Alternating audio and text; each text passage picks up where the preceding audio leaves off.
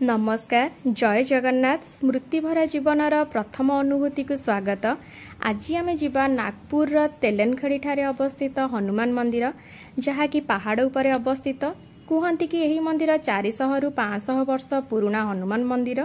आसतु आम आज जीवा यही मंदिर को जीवा बेले जो पहाच रही तार दुई पार्श्व किछि दुकान रही सेठारे प्रसाद एवं छोट पिलांकर खेलना एवं जोता रखिबार व्यवस्था रही। एबे चलतु आम ऊपर को जीवा। गला बेले देखंतु जय श्रीराम लिखाई जहाँकि आम हनुमानकर आराध्य एवं आम समस्तଙ୍କର आराध्य जय श्रीराम।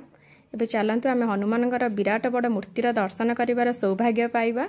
जय हनुमान जय बजरंगबली जय हनुमान। देखंतु केवल जे एठी हनुमान भगवान पूजा पाउचंती ताहा नुहे, एठी पार्श्व देवादेवी मध्य रहिचंती। तांकर छोट छोट मंदिर रही।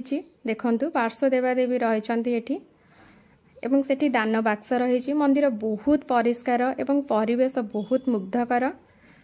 देखंतु मु तो संध्या समय जाइथिली एवं भगवानकर सौभाग्य देखिबार जो सौभाग्य मते सेटा मते प्राप्त हैला। तो आपण माने देखंतु मंदिर बहुत सुंदर। एठी कन्हैंकर मंदिर बना हबार अछि, काम चालुथिला जो समय मु जाइथिली। आपण माने देखंतु मंदिर केते सुंदर एवं केते सबु भगवानंकर छोट छोट मंदिर बना हेची। आपण माने जिबे भी नागपुर आसीबे एही मंदिर थरटिए निश्चय आसीबे। ए मंदिर आसिले आपनको निश्चय भल लागिबा काहेकि ना एठी सबु देवादेवी पूजा पाउछंती।